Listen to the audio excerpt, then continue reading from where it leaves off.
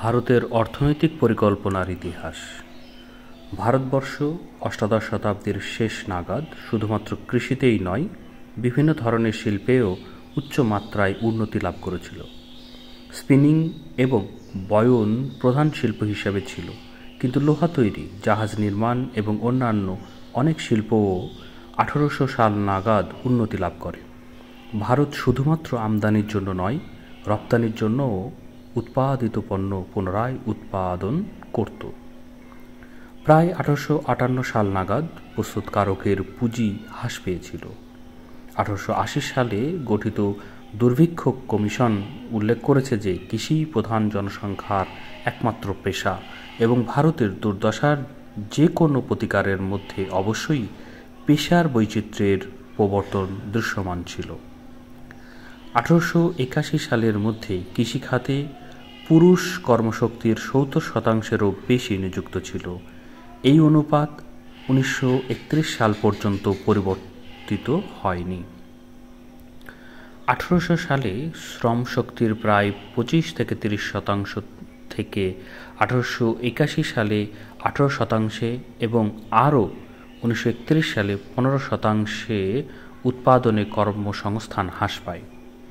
1850 থেকে 1900 সালের মধ্যে মাথাপিছু আয়ের বিভিন্ন তথ্য দেখায় যে 1867 থেকে 1882 সালের মধ্যে মাথাপিছু গড় বার্ষিক আয় খুব বেশি পরিবর্তন হয়নি। তারপরে 1900 সালের মধ্যে তা কিছুটা হ্রাস পেয়েছে। 1900 থেকে 1947 সালের সবচেয়ে নির্ভরযোগ্য অনুমানের ভিত্তিতে এই সময়ের মধ্যে মাথাপিছু আয় প্রায় 12% বৃদ্ধি পেয়েছিল।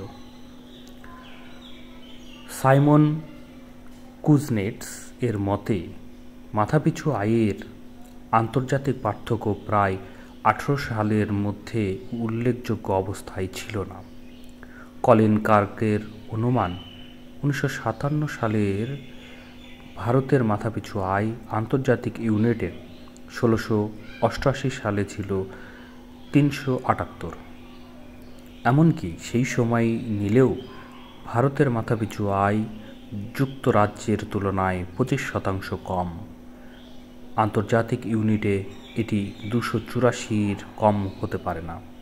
ক্লার্কের মতে 1925 থেকে 1929 সালে আন্তর্জাতিক ইউনিটে ভারতের মাথাপিছু আয় ছিল প্রায় 200।